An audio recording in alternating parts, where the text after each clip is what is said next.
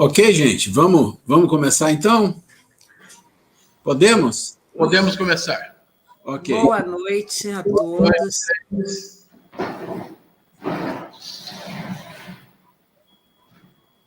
Boa noite, Roberto. Edilson também, como vai? Boa noite, tudo bom? Boa noite, Edilson.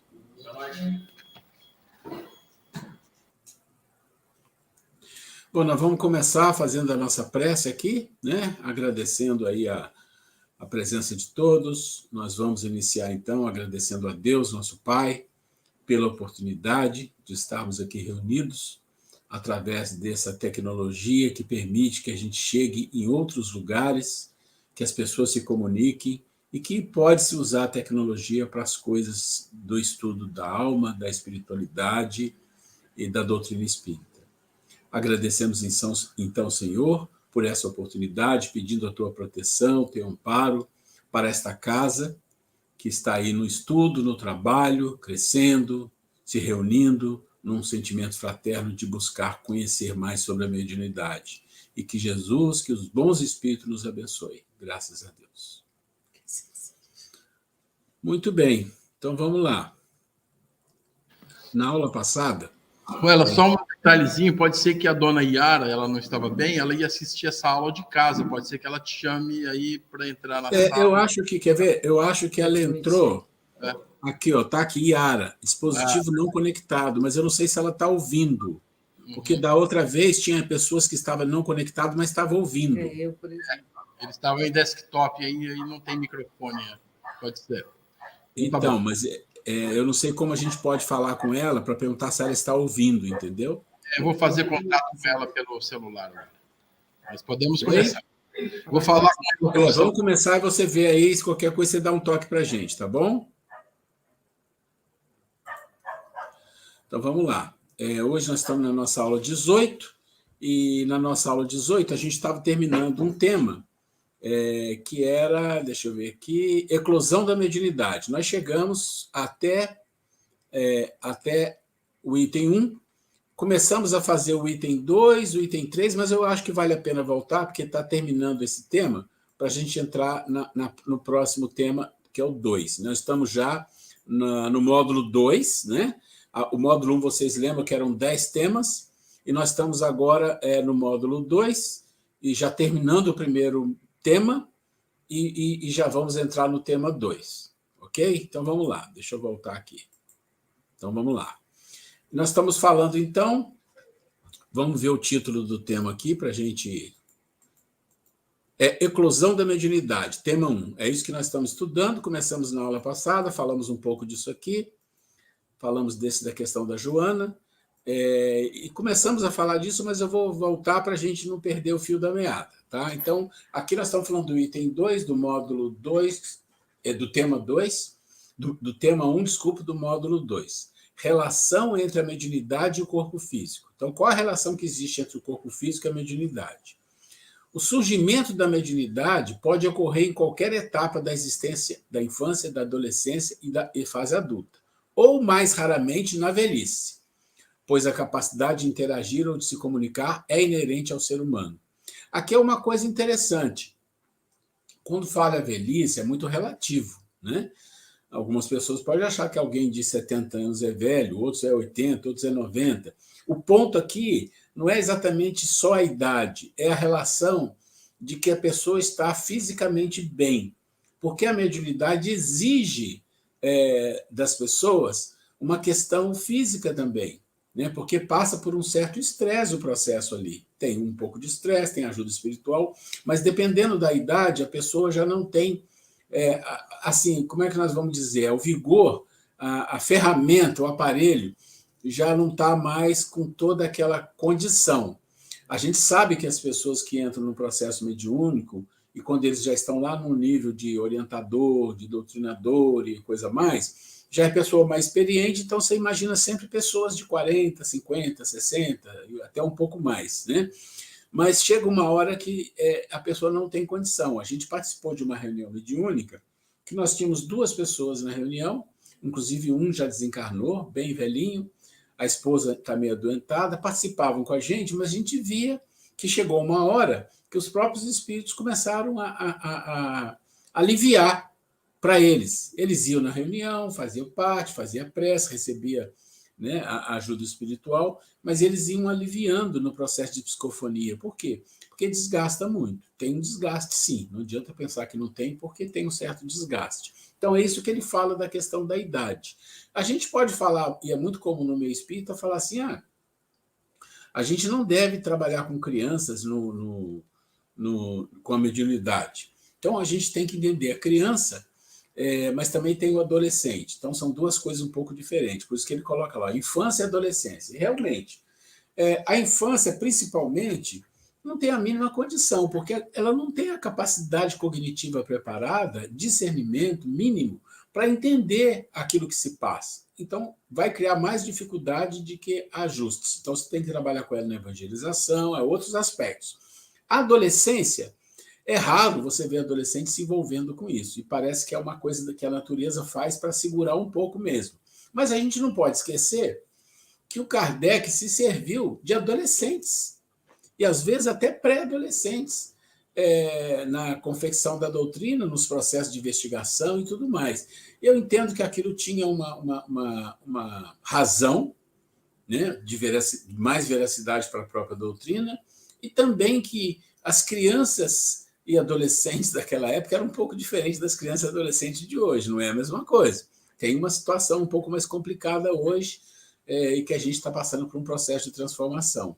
Então, de fato, tem que olhar a questão do... Olha, o processo mediúnico, a criança tem uma mediunidade ostensiva, mas ela vai ser trabalhada numa evangelização, o adolescente vai trabalhar num grupo de jovens e quando faz lá, sei lá, seus 18, 19, alguma coisa assim, pode começar a ingressar num estudo mediúnico e, posteriormente, em reuniões mediúnicas mais leves, mais brandas.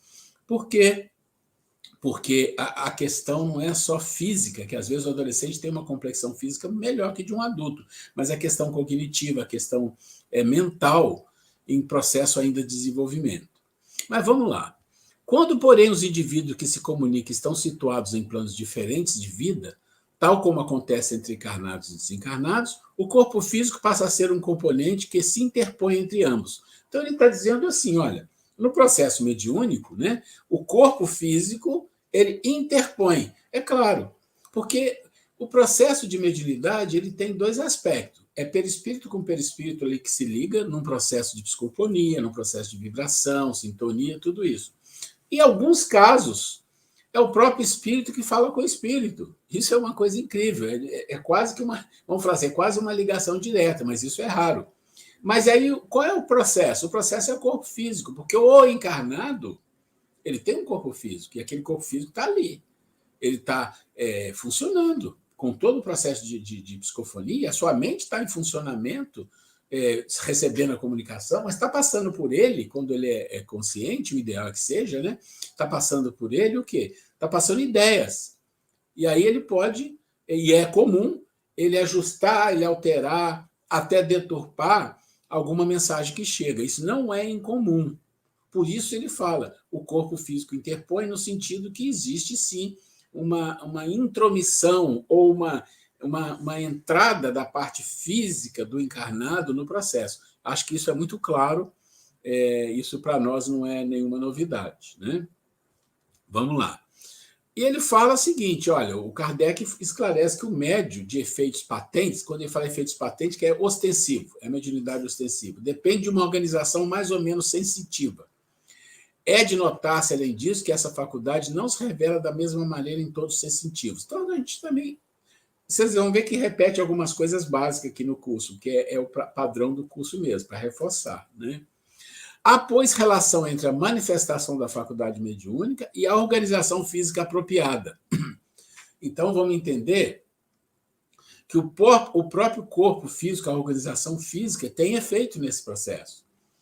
Tem efeito nesse processo. Por isso que ele fala que interpõe. Dependendo da situação física da pessoa, e eu acabei de citar exemplos de 2 pessoas idosas que, com o tempo, pararam de dar a comunicação, que era de psicofonia, e começaram a ficar mais ali na ajuda, vibração. Por quê? Porque o corpo físico não respondia. mas à altura do que necessitava, e a espiritualidade não vai forçar, a não ser que sejam espíritos missionários. Vamos pensar em Chico e no próprio Divaldo, pela idade deles e um monte de doenças que eles tinham, né? O próprio Chico, Divaldo também tem, a gente sabe das histórias, quem não sabe pode procurar, mas ali era uma exigência por causa da missão. A missão que o espírito tem, como é que nós vamos dizer assim? O espírito é mais forte, não é o corpo, é o espírito que brada ali por fazer, por corresponder e cumprir a missão a que veio aqui. Então, após relação, é preciso entender que o corpo físico só se revela a desejável sensibilidade à manifestação mediúnica devido à ação do perispírito, que impõe ao seu vínculo somático, ao corpo, os necessários implementos antes da encarnação do médium. Então, óbvio, antes de você encarnar, então está lá no plano espiritual, né? Vamos pensar na situação razoável e boa. Está lá um planejamento, tem um planejamento lá no plano espiritual. E no plano espiritual, no planejamento, define-se, olha, fulano vai trabalhar a mediunidade, vai ser da psicofonia, vai ser da evidência, vai trabalhar aqui. Então, tem esse processo. Então, vamos tratar do planejamento, inclusive a parte física. Então, no perispírito, que é o modelo organizador biológico, né, vamos dizer assim, que contém, eu sempre digo, contém todas as bagagens pretéritas de dificuldade de acerto, ele vem com alguns implementos necessários ao processo mediúnico, que precisa, e inclusive no corpo físico. É disso que ele está falando aqui, né? Então, os órgãos são os instrumentos da manifestação da faculdade da alma. Essa manifestação se acha subordinada ao desenvolvimento e ao grau de perfeição desses mesmos órgãos, como a excelência de um trabalho está subordinada à qualidade da ferramenta. Bom, está resumindo tudo que foi falado lá em cima. Os órgãos, quer dizer, o corpo físico é o órgão, o corpo como um todo, o órgão responsável pela manifestação do espírito. Ou seja, manifestar significa se envolver, se relacionar, aprender, ensinar. Todo esse processo, o corpo físico é o agente, no sentido que ele que faz o processo acontecer fisicamente. E ele é envolvido por quem? Pelo espírito, que comanda. Mas o espírito depende dessa parte física. Bem óbvio isso que a gente está colocando aqui, né? Vamos lá.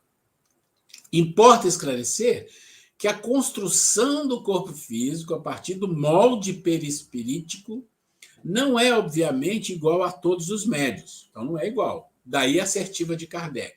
Geralmente, os médios têm uma aptidão especial para os fenômenos desta ou daquela ordem, de modo que há tantas variedades quantas são as espécies de manifestações. Então, você tem uma propensão à vidência, você tem a propensão à psicofonia, você tem a propensão à escrita mecânica, semimecânica, e às vezes tem 2 propensões, tem 3 propensões, tem uma mediunidade de incorporação muito fácil, tem outra que é mais difícil, tem de tudo, um pouco.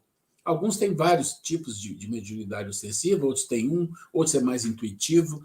Então, isso tudo que eu estou falando é o corriqueiro do trabalho mediúnico, mas ele está colocando aqui que isso é importante, né? Que isso é importante. Então, o Allan Kardec, aí ele diz, outro ponto não menos importante, de respeito ao uso da faculdade mediúnica pelo médium, expresso nessa pergunta. Aqui é uma pergunta que quem vê pela primeira vez acha estranho, mas para quem já sabe, é normal. A pergunta de Allan Kardec e na resposta que ele recebeu dos espíritos. O desenvolvimento da mediunidade guarda relação com o desenvolvimento moral dos médiuns? Então, o desenvolvimento da mediunidade tem alguma relação com o desenvolvimento moral? Então, se você tem uma mediunidade muito ostensiva, pouco ostensiva, uma mediunidade muito ostensiva, tem a ver com a moral? É mais ou menos isso que ele está dizendo. E a resposta dos espíritos é não. Ou seja, a mediunidade e a moral, elas podem estar, vamos falar assim, completamente desassociada. A pessoa pode ter uma mediunidade ostensiva muito forte e moralmente ser uma pessoa com muitas dificuldades. Por quê? Porque é muito simples. Foi colocado lá no plano espiritual para ele um trabalho que ele iria fazer e para isso foi dado a ele no corpo perispíritico, no corpo físico, o quê? Foi dado a ele uma condição de uma mediunidade muito ostensiva necessária ao trabalho que ele ia realizar. Ele reencarnou e ele tem um certo livre-arbítrio, né? E aí mudou a história, ele não quis saber de doutrina, de religião, de espiritualidade, não quis saber de nada. E ele começa a usar aquilo que ele tem, ou de uma forma em que ele fica, vamos falar assim, com problemas até mentais ou de relação, porque ele dificulta a vida dele, ele não consegue entender as coisas que estão acontecendo. Imagina que ele tem uma mediunidade ostensiva de vidência. Imagina uma pessoa que não estuda o espiritismo, não tem um processo espiritual, ele começa a ver coisas, ele começa a ficar louco, né? Começa a enlouquecer, ele fala, estou louco, começa a ir para o hospital, começa a tomar remédio e a coisa vai desgringolar. Ok. Mas, apesar de essa ser a resposta dos espíritos, existe um problema, que ele diz assim, olha, o mesmo, porém, não se dá com seu uso, que pode ser bom ou mal. Então, vamos separar as coisas. Uma coisa é a mediunidade ter uma potência ostensiva muito grande e a moral. Nada a ver uma coisa com a outra. Outra coisa é o uso. Como é que você faz o uso da mediunidade? Aí é tudo diferente. Aí o uso da mediunidade pode ser bom ou mal. Quantas vezes a gente já não viu pessoas usando processos de mediunidade que são ostensivos ou só aparente, ou é charlatanismo? Então, o que está dizendo é o seguinte, olha, a prática mediúnica, ela pode ser usada para o bem e para o mal, e às vezes uma pessoa usa uma mediunidade ostensiva para o bem. Vamos falar simbolicamente, só para a gente entender. Vamos imaginar que a mediunidade é igual, que é uma mediunidade de psicofonia e de escrita. A pessoa tem essas duas mediunidades. E ela usa para o bem, faz todo o trabalho direitinho, e ela tem um grau de 1 a 10, ela tem um grau 6 de potência. Tem uma outra pessoa que nasceu com a mesma condição de escrita e de psicofonia, que ela tem uma potência 9, é muito ostensiva. Só que essa outra pessoa usa isso para proveito próprio. A mediunidade vai fluir. Só que o problema é quais espíritos vão estar sintonizados com quem? Esse é o ponto.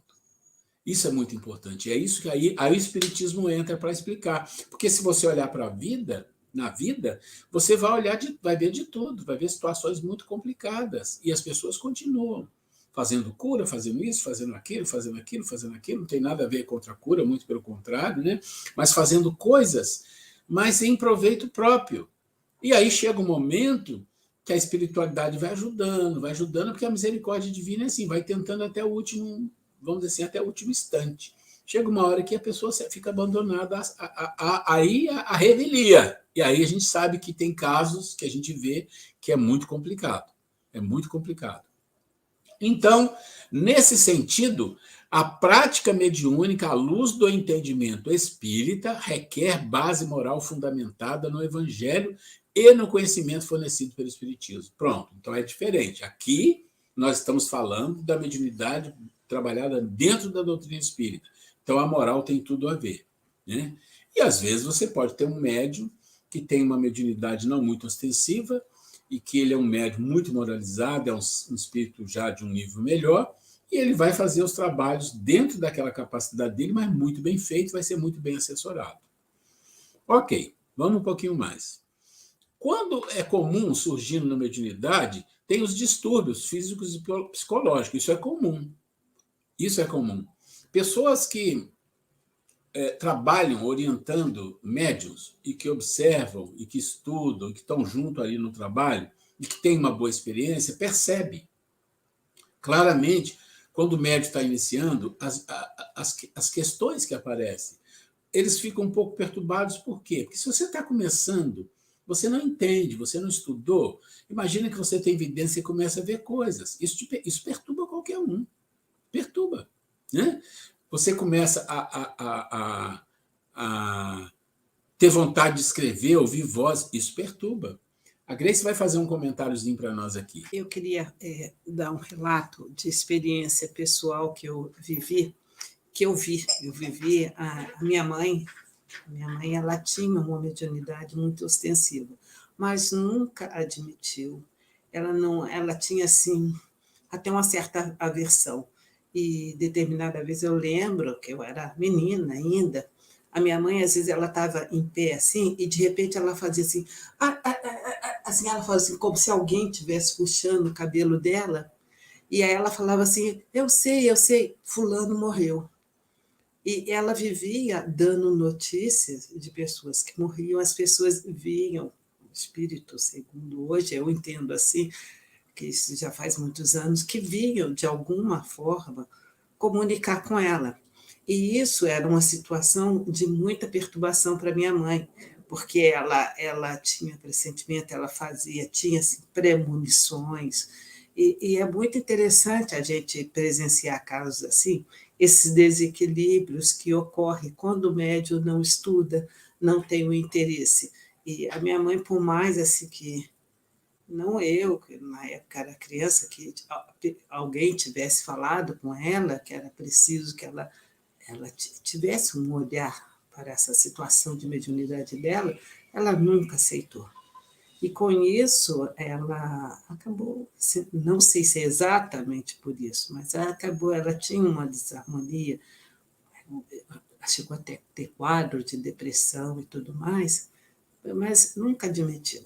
E a mediunidade dela, tanto de cura, ela era famosa. Nós, os filhos, fomos a vida inteira tratado com homeopatia, com chazinhos de ervas, essas coisas que ela tinha intuição. Pessoas, na época, né, muito tempo atrás, tuberculose era algo muito sério, né? E a minha mãe era famosa de curar pessoas, sem ser médica nem nada, sem ter nem maiores conhecimentos, com que ela tinha intuições de medicamento com folhas, com ervas, e ela fazia medicamento para as pessoas. Então, é algo assim muito interessante da gente vivenciar essa questão de mediunidade que realmente independe. A minha mãe às vezes falava, eu não quero isso, eu não quero ouvir isso. Ela falava, eu não quero ouvir, eu não quero ouvir. E ela estava, ninguém estava vendo nada, mas ela estava ali tendo uma comunicação, né? E como ela não aceitava, gerava quadros de desequilíbrio, de perturbação para ela. Né? Então, é interessante a gente ver sobre essa ótica que como uma mediunidade que não é trabalhada, que não é estudada, pode gerar desequilíbrio no médium. Né?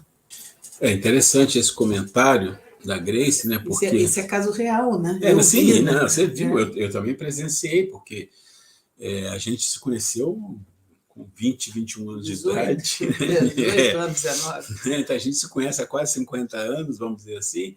Eu convivi com a mãe dela, convivi na família, e a gente via um processo de mediunidade da mãe dela que era muito forte, mas, em compensação, não tinha uma aceitação completa da coisa, e gera desequilíbrio, claro que gera, um processo emocional complicado, né? Ok. E a gente que trabalha numa casa espírita, a gente é defrontado quase sempre com essas situações de pessoas que chegam na casa com uma mediunidade explodindo, vamos dizer assim, e a gente tem que trabalhar isso sem colocar a pessoa numa sala mediúnica, porque a gente sabe que tem um processo de adaptação e não é fácil. Né? Isso não é fácil mesmo. A eclosão da faculdade mediúnica no espírito encarnado revela-se como um momento fundamental, de fundamental importância em sua existência. Gente, é lógico.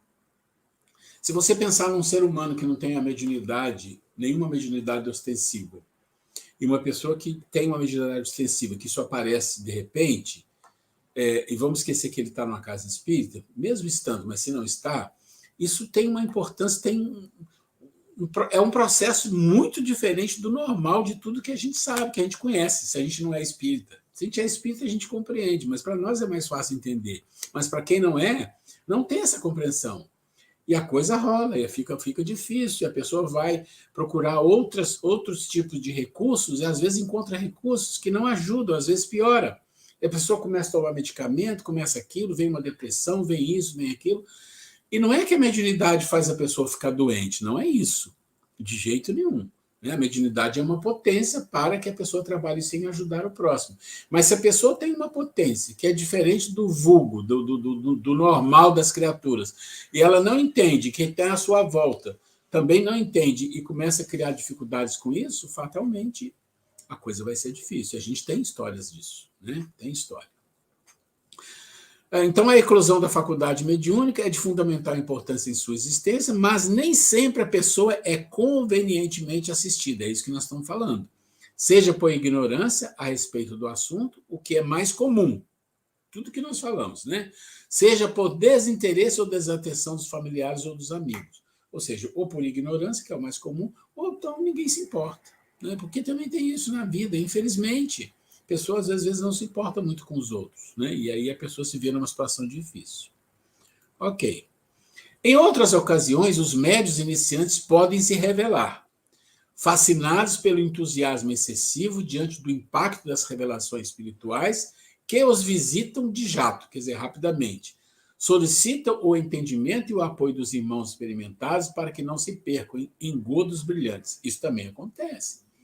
E a gente já viveu isso. E acho que todo mundo que vive em processo mediúnico vive coisas parecidas, daquelas pessoas que têm uma mediunidade ostensiva e têm um certo envolvimento com o espiritismo, talvez um pouco, tem um certo entendimento e tal, e ela entra num entusiasmo excessivo. O que é entusiasmo excessivo? Ela acha que é o rei da balachita. Está tudo comigo. Então, os espíritos falam comigo. Isso. Se está numa reunião mediúnica, ela acha que o mentor que fala sempre com ela, porque ela é o que há. Né? Então, esse tipo de coisa, se não tiver uma orientação, é como a Grace falou aqui, se não tiver estudo, a pessoa vai ficar na ignorância e ela pode ter um processo de fascinação. Não, inclusive, né, a questão da pessoa começar a confundir. É coisa dela, mas tudo Anímico. É anímico. Nós conhecemos e vivenciamos médium na sala de reunião mediúnica, estava claro e notório que ali ela colocava opinião pessoal, ela queria dar um recado para as pessoas, tudo. Então, falava como se tivesse sendo recebendo uma comunicação. Então, isso, né, tem que ter muito cuidado, que de repente pode ser consciente ou inconsciente. A pessoa está tão vislumbrada, né, que acaba acreditando que realmente ela está tendo uma comunicação, né, e às vezes se expõe até uma certa forma vexatória, né, que fica muito óbvio, Evidente. Né, evidente que aquilo é algo assim um pouco forçado, que não é de fato uma comunicação mediúnica. E isso é interessante, gente. A gente tem uma tendência, nós seres humanos, nós temos uma tendência ao maravilhoso, ao sobrenatural, ao diferente. Independente de ser espírita, a gente tem isso. Então, quando você vai numa casa espírita, eu já trabalhei em muitas casas espíritas diferentes, em 3 estados diferentes: Minas, São Paulo e Rio de Janeiro. Agora eu estou em São Paulo. Em vários lugares diferentes. E você observa algumas coisas muito gritantes. Esses dias eu estava conversando com uma pessoa que ele é médico e ele estuda com a gente no outro curso que a gente faz aqui. A gente dá um curso de doutrina que eles chamam de doutrina avançada, mas é um nome que não tem nada a ver, mas tudo bem. E a gente estava falando de algumas coisas, aí eu falei assim, olha, lembra que o Emmanuel falou para o Chico, quando ele começou a missão dele, o que eu preciso? De 3 coisas. Ele falou disciplina, disciplina e disciplina. Todo mundo conhece isso.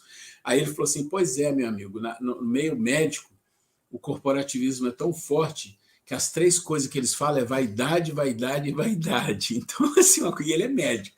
Então, eu posso falar, porque como ele é médico, ele não estou depondo contra ninguém, é ele que falou.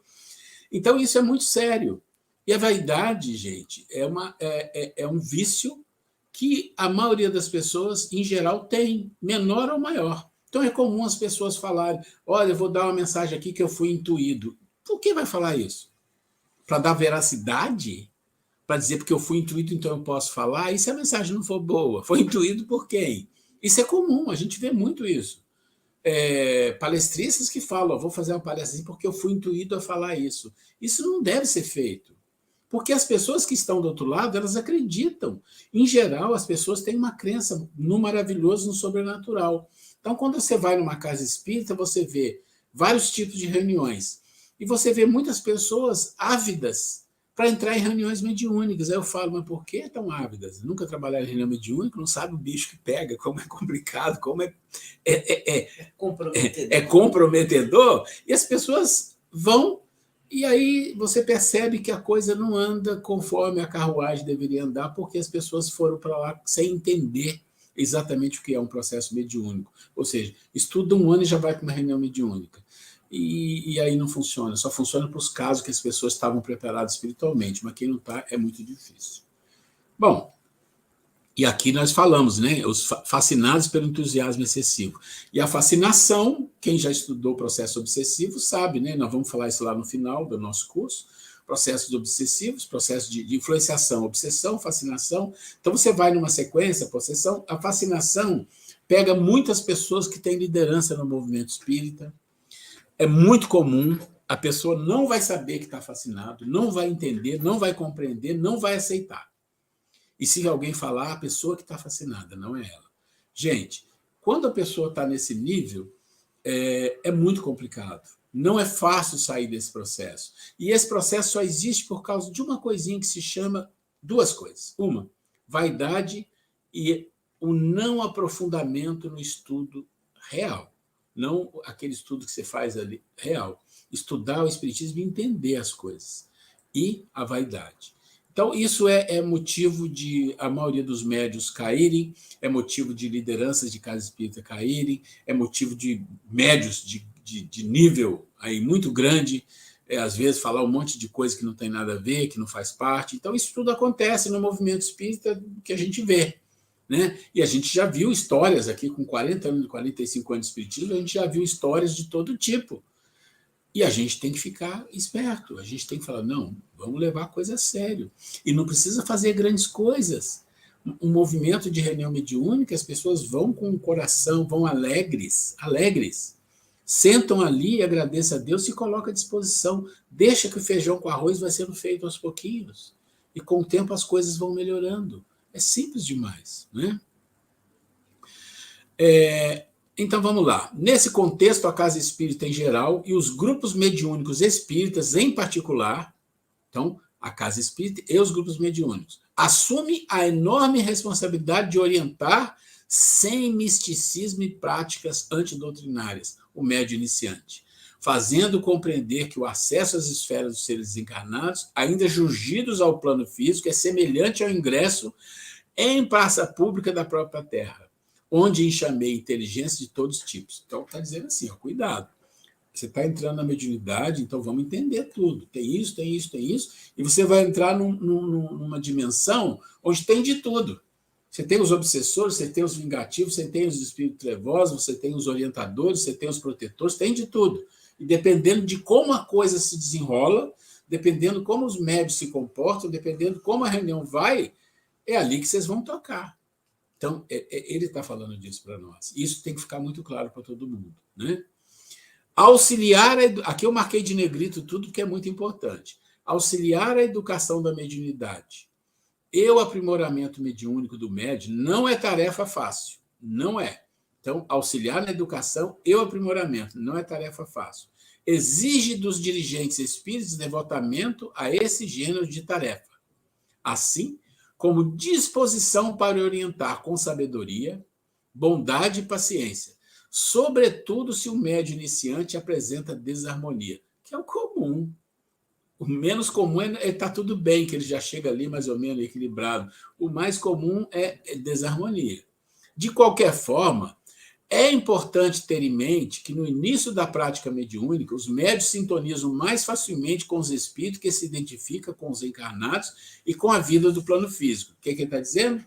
Olha, no início, você vai sintonizar com os espíritos mais chão, mais terra-terra, que estão mais aqui, com as coisas físicas. É o comum. Comumente, não são os espíritos evoluídos, porém ainda aprisionados às sensações da matéria. Então, não são os evoluídos que vão chegando primeiro, não. Você vai recebendo ali, né, aqueles que estão mais ou menos no seu nível de condição. Essa influência pode constituir em algo problemático. Os médiuns iniciantes têm de lidar com espíritos inferiores. Eu nunca gosto dessa palavra aqui, né? Espíritos inferiores dá a impressão sempre assim, é o outro. Não, nós também. Todos nós somos, né? Espírito da terceira ordem, imperfeitos, né? Eu nunca esqueço isso, porque é bom não esquecer. E feliz do medianeiro quando se trata apenas de espíritos levianos. Feliz. Deve estar muito atento para que os tais espíritos não assumam predomínio, porque, caso isso aconteça, nem sempre será fácil desembaraçar-se deles. Então, né? Enganação, né? Hoje em dia a palavra não é enganação, é fake news, né? Então, os espíritos fake news, enganação, falando o que é, o que não é, misturando verdade com mentira, isso é uma coisa difícil. O espírito vem e fala um monte de coisa, fala, que lindo, que maravilhoso. E lá no meio ele enfia alguma coisa, o que ele quer não é falar o bonito, ele quer enfiar uma coisa ali para ir pegando o médico aos poucos. E essa questão dessa sintonia com que tipo de espíritos que a gente vai ter essa comunicação depende também muito do médium, dos seus pensamentos, em que a gente sintoniza, né? Então a gente sabe que a gente atrai mentalmente aqueles espíritos que estão na sua vibração. É a questão, aquela questão clássica que a gente traz como exemplo, né? De um rádio, né? Se você sintonia no rock, vai ter aquela zoeira, se no funk também, se você coloca uma música clássica, você vai ouvir música clássica. Assim é a nossa mente, né? Em que você vai sintonizar? E não adianta a gente querer colocar a nossa sintonia no funk e achar que espíritos músicas clássicas, isso é só didaticamente falando para a gente entender, vai aproximar de nós. Não vai. Vai ser espíritos que estão naquela mesma sintonia. Por isso, a responsabilidade da mediunidade, ambientes que a gente frequenta, o tipo de conversas, palavreado, né? Como tem um livrinho até que chama Não Pise na Bola, do Irving Wallace.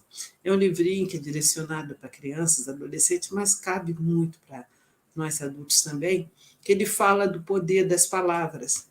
Palavrões, né? Pessoas que usam muito palavras chulas, palavrões, falam como tem vibração.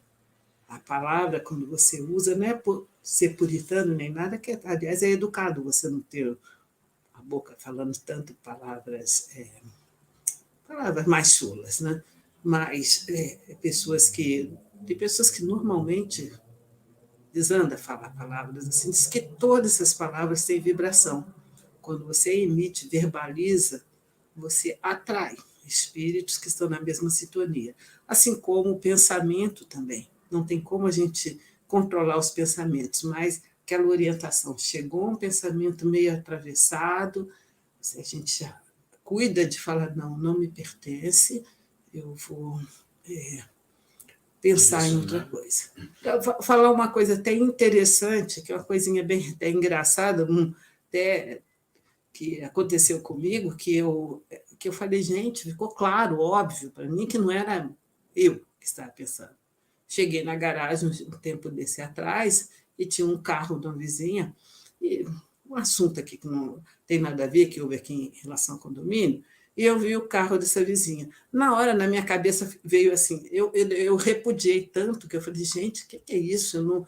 Jamais eu faria isso, mas na minha cabeça, assim, dá vontade de dar uma bica, dar um chute nesse carro, dá vontade...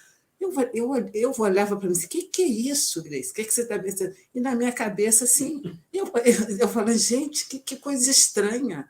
Eu jamais pensaria, eu em sã consciência, Grace, eu jamais iria pensar isso, dar um chute no carro de qualquer pessoa. E na minha cabeça havia isso, né? Que você achava, dar uma bica nesse carro. Eu falei, gente, para vocês terem ideia o como que é.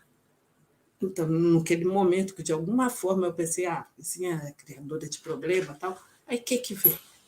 Algum espírito brincalhão, né? Provavelmente porque não era. E a gente percebe que, muitas vezes, o pensamento não é seu. Não, palavra, assim como, também falando do outro lado, quando a gente vai fazer uma palestra espírita, um estudo, você se depara, você falando palavras que fogem totalmente ao seu cotidiano, do seu vocabulário, para me ficar claro e evidente. Às vezes eu uso palavras assim que eu falo, nossa, que palavra chique, bonita, delicada, elegante, que no meu dia a dia não tenho o hábito de usar. Então, para me ficar claro que foi ali os espíritos misericordiosos, bondosos que nos assistem e nos intuem. Então, gente, coloquei 2 exemplos que são clássicos que acontecem. Então, nós, médium, o médium tem que se vigiar, sim, tem que vigiar, selecionar ambientes que vai, sim, tem que selecionar o tipo de música que escuta, assim, o tipo de filme, o tipo de imagens, que fica tudo no nosso arcabouço mental. É assim e é. Não adianta falar assim, não quero que seja. É assim que funciona. Então, se nós estamos nos envolvendo com mediunidade, estamos nesse processo de desenvolvimento, vamos ter responsabilidade, inclusive para o nosso próprio bem, para a nossa própria sanidade, né? E levando em consideração que muitos espíritos também, de acordo com a sua modificação, com o seu empenho em se melhorar, eles também vão. Tipo, vai na onda mesmo, poxa, deu certo com ela está tomando essas atitudes, está procurando se disciplinar, procurando estudar, ela está mais feliz. Então, a gente também induz o espírito a uma melhora de conduta.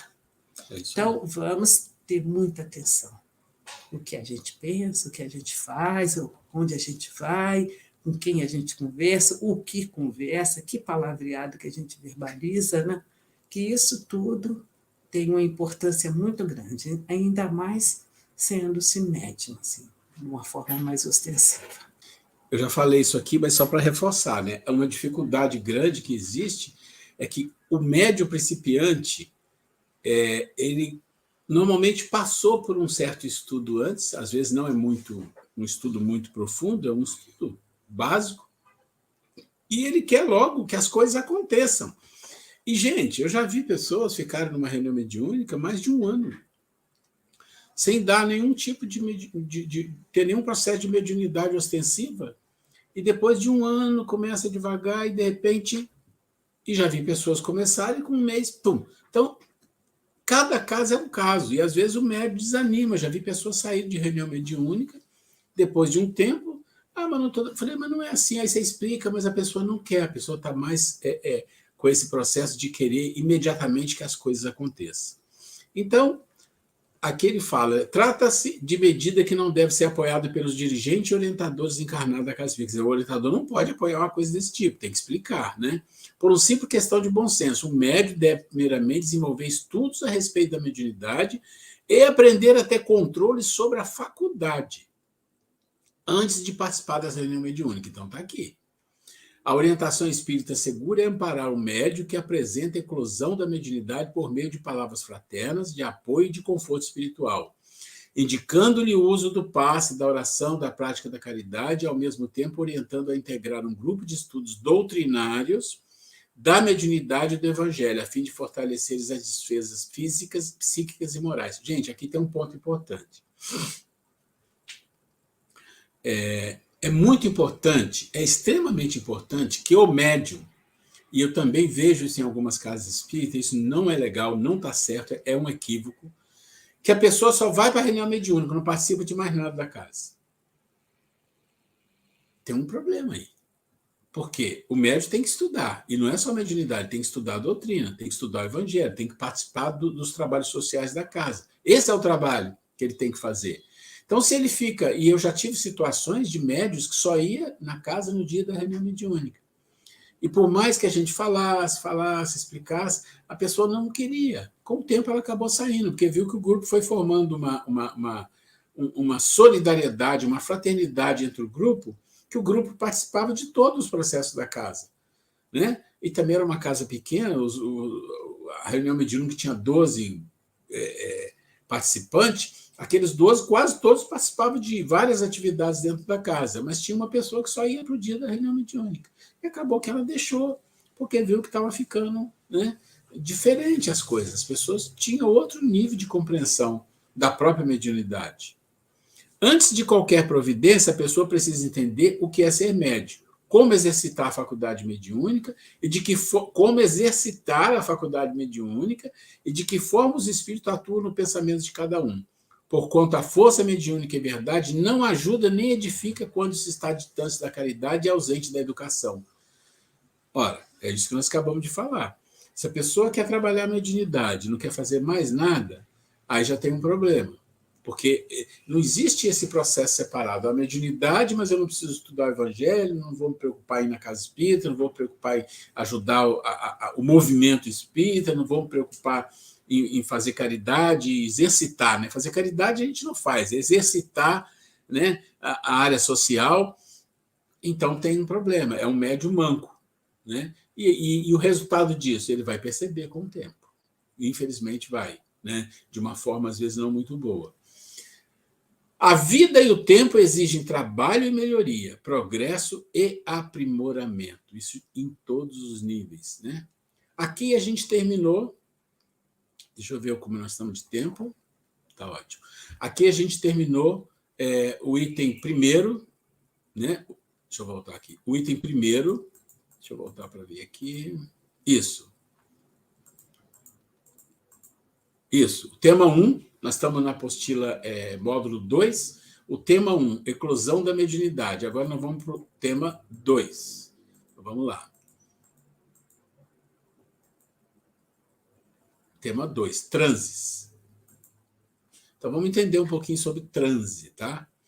Todas as manifestações do psiquismo humano, boas ou más, fazem ressonância na mente do ser encarnado ou desencarnado. Então, qualquer manifestação no psiquismo humano, boa ou má, não importa, tem ressonância na mente, impacta, né? Impacta a mente, do encarnado e desencarnado. Então, as ocorrências mediúnicas não poderiam ser diferentes. Então, está dizendo, o processo mediúnico não é diferente. E o André Luiz afirma que a mente permanece na base de todos os fenômenos mediúnicos. Emmanuel, por sua vez, lembra que todos nós somos médios, dentro do campo mental que nos é próprio, associando-nos às energias edificantes, se o nosso pensamento flui na direção da vida superior, ou às forças perturbadoras e deprimentes, se ainda nos escravizamos às sombras da vida primitivista ou torturada. Então, 2 caminhos. E aí nós vamos entender uma coisa que eu já falei lá atrás, mas que eu vou reforçar aqui.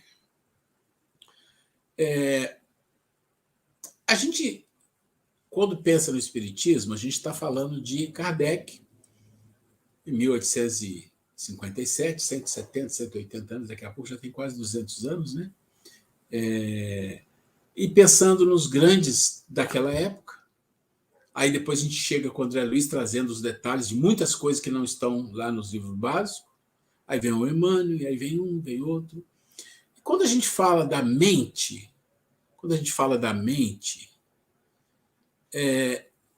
a gente vai encontrar em Emmanuel e André Luiz algumas coisas interessantes. Em Kardec quase não tem muita coisa disso, porque é outro mundo, né? uma outra época. E quando a gente fala da mente em profundidade, a gente vai encontrar em quem? Em Joana de Ângeles. Por quê? Porque o estudo da mente humana começou há pouco tempo, com o processo da psicologia, reconhecimento, aí vem Freud, vem Gustav Jung, vem vários. Ali começou a abrir. E quando ali começa a abrir, a espiritualidade nos traz a Joana, que trabalha com esses conceitos, desenvolvendo o entendimento do ser da mente, da psique. E aí, quando você faz isso, você começa a descobrir algumas coisas que não se falava. Mas é interessante que tem algumas coisas que não se falavam, mas que Jesus lá atrás falava de uma outra forma. Isso é uma coisa incrível. Vou dar um exemplo para vocês. Vocês encontram muito na doutrina espírita, em muitos autores, falando sobre a questão, e hoje mesmo a Grace falou do pensamento. Né? E a gente que é médio, a gente sabe, fala, o pensamento é o veículo. O pensamento é o que faz a vibração, você faz seus pensamentos, ele se liga a outros pensamentos, que se liga a outro, que se liga a outro, que faz todo o processo das sintonias que existem através do pensamento. E é verdade. Mas quando a gente pensa no pensamento, e a gente fala, mas nós precisamos controlar o nosso pensamento. Gente, a gente não controla o pensamento. É igual a mente. A gente não controla a mente. São ferramentas poderosas. É como se você... Eu vou dar um exemplo bem bobinho, mas muito interessante. É como se você estivesse no local e tivesse um pedaço de bolo, um doce naquele local. E aí você olha para aquilo ali, daqui a pouco os mosquitinhos vêm e posa ali. Né? Docinho, gostoso, os mosquitos posam, você olha aquilo e você abana. E os mosquitos vão embora. Você abanou, você dá uma bobeira, o mosquito volta. Não é assim? É assim. E você abana de novo. E abana, eles vão embora. Quando você dá a bobeira, eles voltam de novo. Por quê? Porque o motivo da atração deles está ali ainda. Ainda está ali. Então, quando a gente fala que a gente tem que melhorar o pensamento, tem dois aspectos que a gente tem que entender. Quais são os dois aspectos? É o aspecto que a gente chama de paliativo e o aspecto que pega na causa. Por exemplo, quando a gente fala paliativo, não quer dizer que seja ruim. Por exemplo, uma prece é um processo paliativo de melhora. O passe é um processo paliativo de melhora. Se a pessoa não se melhorar, não adianta nada, vai ficar tomando passe a vida inteira. Então, ele é paliativo. Se a pessoa não fizer nada, não vai adiantar. Quem trabalha com mediunidade sabe disso. O processo de desobsessão, ele funciona se o obsediado também fizer algo, senão ele vai e volta. Jesus fala, né?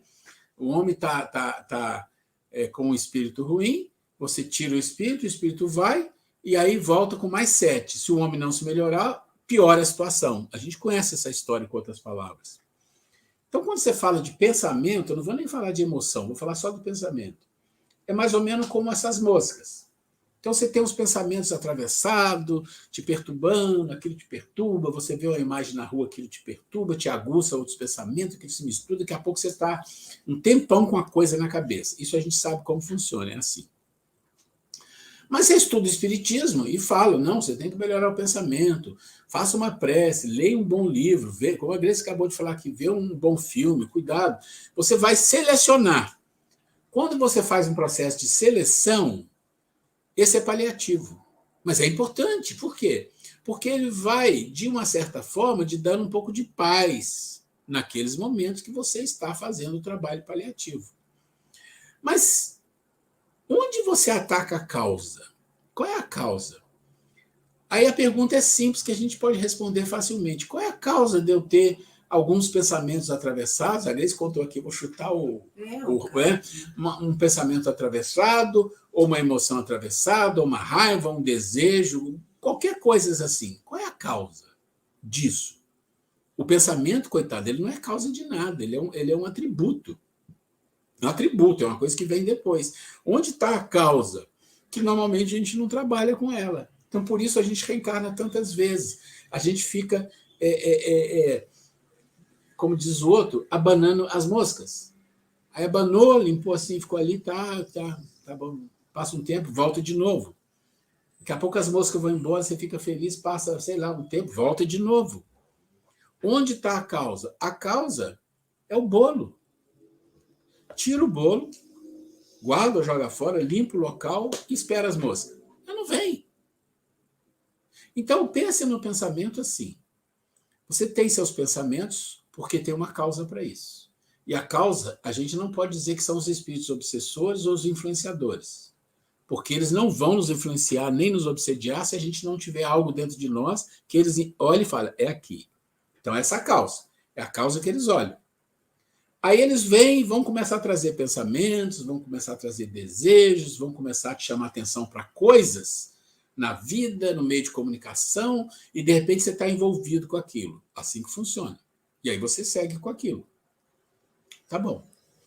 Só que aí eles começam a fazer isso e você está estudando a doutrina, você fala, não, olha esses pensamentos aqui, aí você pega um livro, lê, faz uma prece e dá uma aliviada. Vai no centro, toma um passe, aí você fica tranquilo aquele dia, no dia seguinte, né, e tal, oh, graças a Deus, daqui a pouco volta tudo de novo.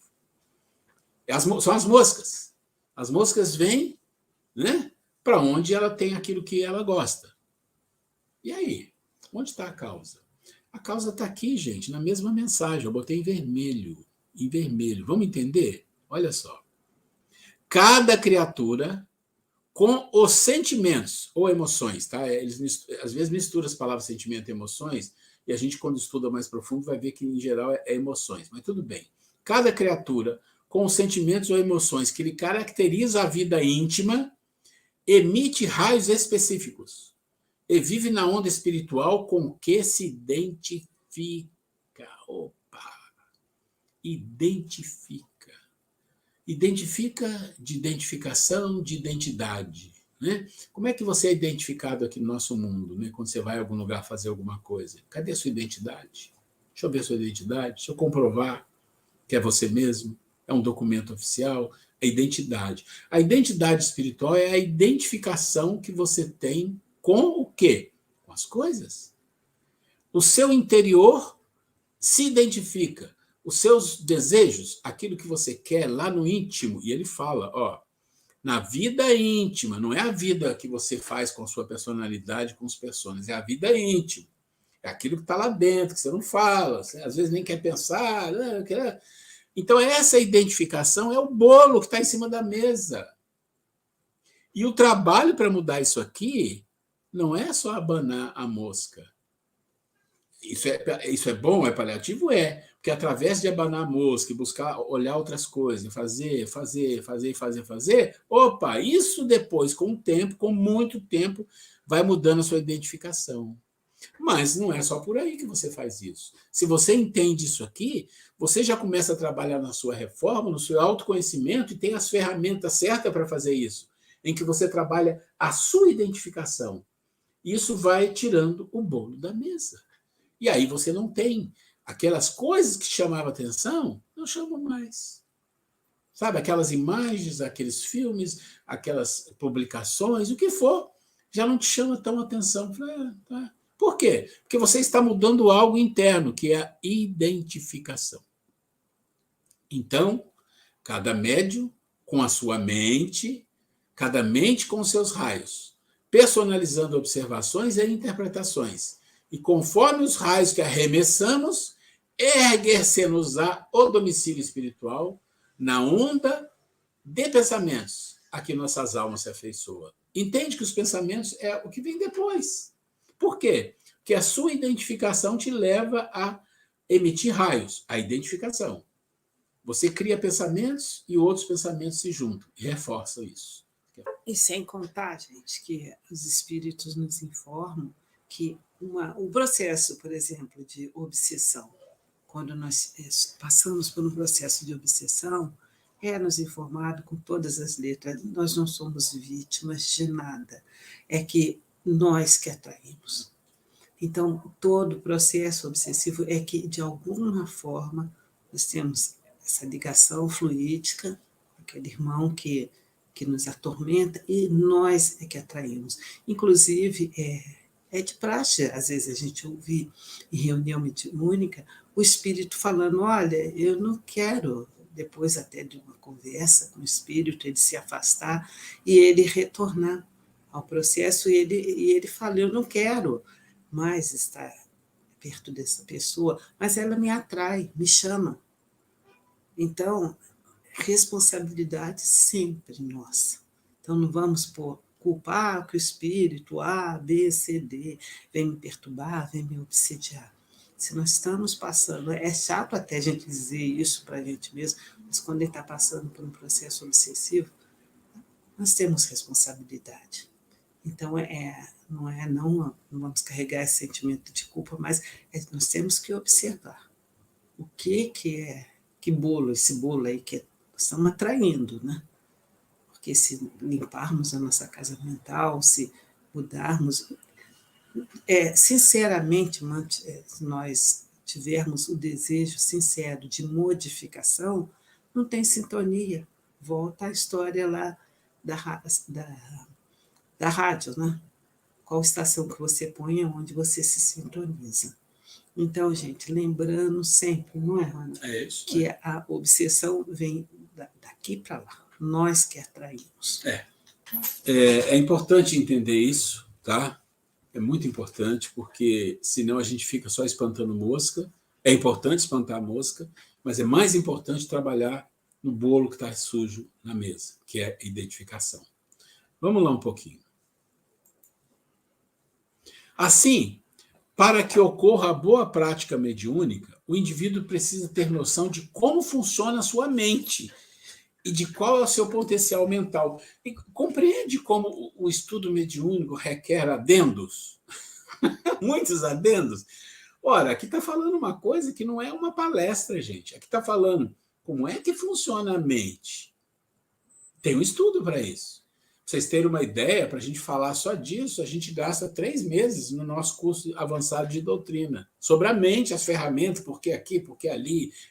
Então, o médium precisa se envolver um pouco com esse processo de entender a nossa mente. Porque entendendo a mente, você vai entender que muitas coisas que são faladas hoje de uma forma até correta, mas que não são a essência da coisa, você vai batendo numa tecla e você percebe que o resultado não é o melhor. Você fica espantando mosca. Né? Então, para que um espírito possa comunicar-se, é preciso que haja relações fluídicas entre ele e o médium, que nem sempre se estabelece instantaneamente, leva tempo. Só à medida que a faculdade se desenvolve é que o médium adquire pouco a pouco a aptidão necessária para pôr-se em comunicação com o espírito que se apresenta. E aqui nós estamos falando que todo médium, né, todo médium não, mas muitas pessoas querem ir para uma reunião mediúnica e receber a mensagem dos protetores, dos espíritos superiores. Né? E não é assim. O trabalho mediúnico, principalmente no Brasil, é um trabalho de pronto-socorro. É um trabalho de atendimento aos sofredores. E esse é um trabalho maravilhoso, maravilhoso. Oi?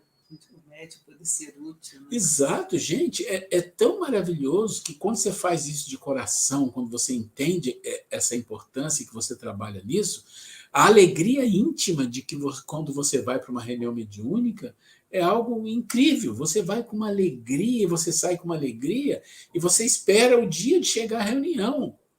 Isso é uma coisa linda. É muito bonito esse tipo de coisa. Estamos falando do trânsito, agora ele vai dar uns conceitos, né? Conceito de transe. A palavra transe, do latim transitus, significa ir além, trespassar, ultrapassar. É genericamente entendido como qualquer alteração do estado de consciência, sair da consciência. Né? Segundo o pesquisador Jaime Servino, no seu livro Além do Inconsciente, transe pode ser considerado um estado especial entre vigília e sono, que de alguma sorte abre as portas do subconsciente. Ou seja, o transe é sair da consciência, é quase que você entrar no subconsciente. E isso acontece, às vezes, no momento do sono, ou em alguns momentos até de doenças mesmo pode provocar isso. Então, vamos ver os graus do transe. O transe mediúnico ou não, pode apresentar 2 estados extremos, um superficial ou consciente, então um transe mesmo consciente, e profundo, inconsciente ou até sonambúlico. Entretanto, entre um e outro estado, há inúmeras gradações que caracterizam o transe parcial ou semiconsciente, quer dizer, tem um meio termo. No transe superficial, não há amnésia lacunar. Ou seja, o paciente se recorda de tudo e pode, inclusive, pôr em dúvida o fato de ter permanecido em transe. Então, o que ele está dizendo é assim, o transe superficial, não há amnésia, não há esquecimento das coisas que aconteceram. E, às vezes, o paciente fala, não, mas eu entendi tudo que está acontecendo. Como assim? Não estou em transe. Ele está num transe superficial. Isso é... Ele fala paciente porque é o que está sofrendo o transe, está passando pelo transe, né? Mas pode ser médio e não médio também, tá? O transe profundo, ou sonambulismo, ou sonambúlico, que tem o sonambulismo que não é médio, tem o que é médio, é caracterizado pela extrema sugestibilidade e amnésia lacunar. Amnésia lacunar quer dizer lacuna. Amnésia, esquecimento de lacuna. Ele tem uma lacuna de esquecimento. É o esquecimento de acontecimentos vividos ou presenciados durante o trânsito. Então, ele entra em transe, lá acontecem coisas e ele esquece. Né? E ele esquece. Leon Denis esclarece que durante o transe profundo ocorre uma espécie de sono magnético que permite ao corpo fluídico, espírito, né, exteriorizar-se, desprender-se do corpo carnal e a alma tornar a viver um instante sua vida livre e independente. Bom, durante o sono isso acontece. Né? A separação, todavia, nunca é completa. A separação absoluta seria a morte. Aqui ele está falando, vamos falar do sono, porque fica ligado por um laço invisível. Tá? Então, vamos pensar assim. Pode ocorrer nessa situação de você, já falei disso aqui, né? do sono, nós já falamos disso, que você pode ter alguma lembrança, que pode ser uma lembrança parcial, pode ser uma lembrança que se junta com uma outra, isso é muito, muito complexo, né? Esse processo de lembrar das coisas do plano espiritual. Então, no transe, o médium fala, move-se, escreve automaticamente desses atos, porém, nenhuma lembrança conserva ao despertar. Médios que estão ali psicografando, médios que estão falando na psicofonia e não lembram de nada. Isso também é comum, porque é um processo que tem essa amnésia lacunar, né? Ok. A duração do trânsito varia conforme a circunstância e as condições físicas e psíquicas da pessoa. Pode ser fugaz, rápido, né? E imperceptível para quem está à volta. Ele faz assim, alguns segundos e acabou. É um súbito mergulho no inconsciente. Ou prolongado, com visíveis alterações do estado psíquico. André Luiz, ao citar o assistente Aulus, na obra Nos Domínios da Mediunidade, informa que todos os seres vivos respiram na onda de psiquismo dinâmico, que lhes é peculiar, dentro das dimensões que lhes são características ou na frequência que lhes é própria. Então, todo ser vivo, ele não está falando só do ser humano, tá? Então, existe envolvimento espiritual, não no nível que a gente fala aqui, em todos os seres vivos. Tem um processo aí do psiquismo, que o psiquismo humano, a gente fala dele, mas o psiquismo animal tem psiquismo animal, tem, mas é outro nível, é como Kardec às vezes fala.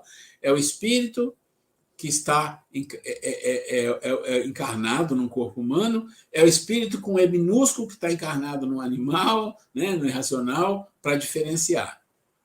Contudo, como o médium é, acima de tudo, o intérprete das ideias dos espíritos comunicantes, o orientador espiritual esclarece que, examinando os valores anímicos como faculdade de comunicação entre os espíritos, qualquer que seja o plano em que se encontrem, não podemos perder de vista o mundo mental do agente e do recipiente, quer dizer, o mundo mental de quem está dando a comunicação e daquele que está recebendo. Porquanto, em qualquer posição mediúnica, a inteligência receptiva está sujeita às possibilidades e à coloração dos pensamentos em que vive.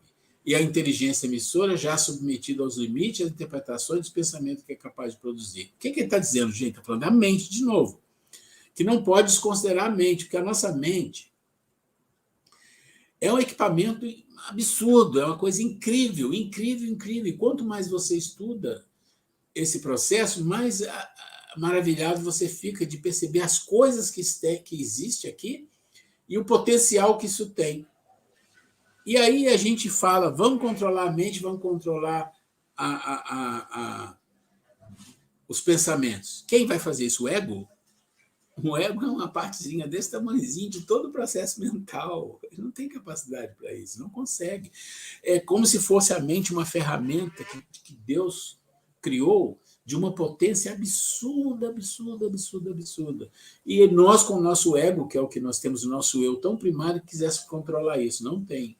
Então, você tem que trabalhar naquilo que você pode para ir fazendo esse processo de evolução na sua condição de identificação, de emoção, de pensamento. Lembra da aulinha que nós fizemos da Joana sobre os 3 processos? Primeiro, emoção, né? Depois, intelectualidade. A razão ajuda a emoção. Depois vem a moral. Nós fizemos um estudozinho, está na apostila de vocês nova que eu mandei aí para o Guerreiro, né? Gente, esse processo da mente é um processo que depois vale a pena a gente conversar aí sobre o que a gente pode fazer mais resumido para vocês, ou aqui mesmo dentro desse como um adendo que dá para fazer, uma coisa bem simples, ou criar alguma coisa, a gente está aqui à disposição. Sendo assim, o estudo do transe não pode desconsiderar a ação anímica do médium. Quer dizer, tem o processo anímico também, que tem as coisas do médium. Então, está no transe, aí ele vai falando as coisas, mas e o processo anímico dele? Tem também, tem que considerar. E que é usual, mesmo nos transes sonambúlicos ou profundos. Daí constar em O Livro dos Médicos, os bons médios são os considerados como bons intérpretes, porque é só intérprete. Condição que lhes permite sejam procurados com maior frequência pelos espíritos esclarecidos. Procura um intérprete que mais simpatize com eles e que exprima com mais exatidão seus pensamentos. Então, sintonia. E sintonia exige conhecimento, exige moral, né? E aí, para onde você vai? Olha, deixa eu ver o que mais nós temos aqui. Ah, tá. Nós vamos terminar, tá? Não vamos partir para o próximo módulo, não, porque aí fica... 3 tipos de transe, né? Tipos de transe. Não é 3 tipos de transe, tipos de transe. Para fins desse estudo, vamos classificar em 3 tipos. O transe patológico, lembra que eu falei que tem transe que tem a ver com doença? O transe espontâneo natural ou o transe provocado ou induzido. No transe patológico, o fator mórbido atua como desencadeante, quer dizer, é a doença que desencadeia o transe. Traumatismo, particularmente crânios encefálicos, estado de coma, delírio febril, já viram pessoas com delírio febril? Começa a falar coisas, né? Período pré-agônico, que a pessoa está com agonia, está quase morrendo, são algumas das condições em que, suprimidas ou modificadas as relações normais com o mundo exterior, surge eventualmente o transe, estabelecendo contato com esse outro mundo interno, a subconsciência. E aí a pessoa começa a delirar e falar coisas, você não sabe se ela está falando do mundo espiritual, se ela está tendo contato com o mundo espiritual, se ela está falando do inconsciente dela, você não vai saber. Porque fala coisas com coisas ali. Os transes espontâneos ou naturais ocorrem em pessoas naturalmente predispostas, médios e sonambúlicos. As principais formas do transe provocado ou induzido decorrem da ação magnética, hipnose e sugestibilidade. Todo mundo sabe sobre hipnose, né? Ou já viu história, ou já viu filme, já viu livro, sabe desse processo. Ação magnética, né? Hipnotiza a pessoa e coloca a pessoa num processo de transe. Dos efeitos de substâncias químicas, né? Quem não já ouviu falar do chá de ayahuasca, né? Não é isso? Todo mundo já deve... Drogas também. Drogas ilícitas, até lícitas, né? Você bebe álcool demais, você fica o quê? Você fica bêbado, você fica em transe, você fica falando coisa com coisa, você sai fora do processo normal, a sua mente dá um tilt, né? Nessas condições ocorre um bloqueio cortical mais ou menos intenso de atividade cerebral, capaz de conduzir a pessoa ao estado de transe, situado entre a vigília propriamente dita e o sono. Eu não vou entrar no tema 3, tá? Porque o tempo aqui já está curto e não vale a pena a gente começar um assunto, e a gente sabe que esse tempo aqui é muita coisa para a gente... Mas eu vou depois conversar, o Guerreiro, com você, com o Roberto, se a gente faz um adendo aí sobre essa questão, que esse processo aqui, quando a gente está falando da mente, aqui, ó, quando está falando aqui dessas questões, né, dos graus, da mente, tudo isso, se vale a pena a gente fazer um adendo, porque, olha, é muito bom. A gente pode fazer um resumo, uma coisa mais compacta, só para ter uma ideia, tá? A gente vai ver, a gente conversa aí depois, tá bom?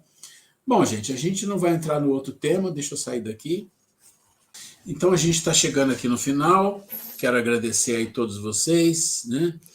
E agradecer pelo tempo, pela disposição, porque eu sei que não é muito fácil a gente participar de uma aula assim, de longe, interage, né? Onde a interação é mais ouvir, isso não é fácil, eu sei que não é uma paciência, e eu, pelo meu lado, eu tento fazer algo que tente dar através de não ficar só lendo, falar alguma coisa para ajudar, colorir, né, com a Grace junto, que fica melhor ainda para colorir o processo, e a gente de vez em quando põe uns adendos para dar uma energizada, né? Mas é isso aí, eu agradeço demais, que Deus abençoe vocês, muita luz, muita paz. Boa noite, bom bom noite descanso a todos, bom feriado, que vamos ter um feriadão aí à vista, né? Um abraço, fique com Deus. Nós vamos encerrando aqui a transmissão e que Jesus ilumine a todos vocês. Até mais. Tchau, gente. Fiquem com Deus. Fiquem beijo.